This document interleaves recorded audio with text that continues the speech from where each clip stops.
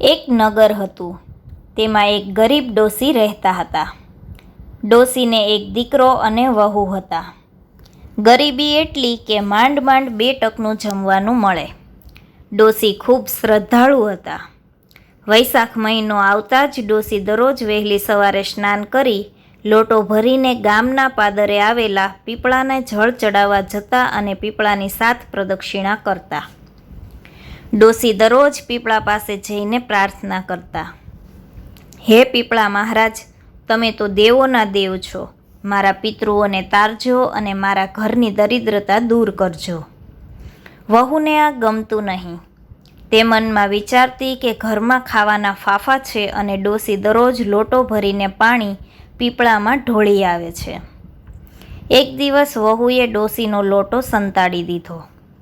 ડોસી તો મૂંઝાયા, પણ શ્રદ્ધા ડગી નહીં. તેમણે માટીના કોડિયામાં પાણી ભરીને પીપળાને અર્પણ કર્યું. ડોસીની આવી અતૂટ ભક્તિ જોઈને પીપળામાં વાસ કરતા ભગવાન વિષ્ણુ પ્રસન્ન થયા. એક દિવસ ડોસી જ્યારે પૂજા કરીને પાછા વળતા હતા ત્યારે તેમને રસ્તામાં સોનો મોહરો ભરેલી એક નાની થેલી મળી. ડોસી તો સમજી ગયા કે આ પીપળા મહારાજની જ કૃપા છે. તેઓ ઘરે આવ્યા અને બધી વાત વહુને કરી. વહુ તો લાલચમાં આવી ગઈ. તેમણે વિચાર્યું કે જો ડોસીને આટલું મળતું હોય તો હું આ પૂજા કરું તો મને કેટલું મળે. વહુએ પણ પીપળે જળ ચડાવવાનું શરૂ કર્યું. પણ તેના મનમાં શ્રદ્ધા નહીં પણ લોભ હતો. થોડા દિવસો પછી વહુ જ્યારે પીપળેથી પાછી આવતી હતી ત્યારે તેને સોના મહોરોને બદલે પથ્થર ભરેલી થેલી મળી. તે રડતી રડતી ઘરે આવી. ત્યારે ડોસીએ તેને સમજાવ્યું, બેટા, ભગવાન ભાવના ભૂખ્યા છે, લોભના નહીં. સાચા મનથી અને પરોપકારની ભાવનાથી જો પૂજા કરીએ તો જ ફળ મળે છે. વહુને પોતાની ભૂલ સમજાઈ.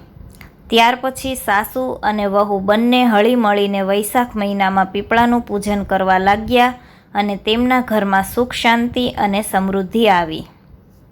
પીપળાના પૂજનનું મહત્ત્વ.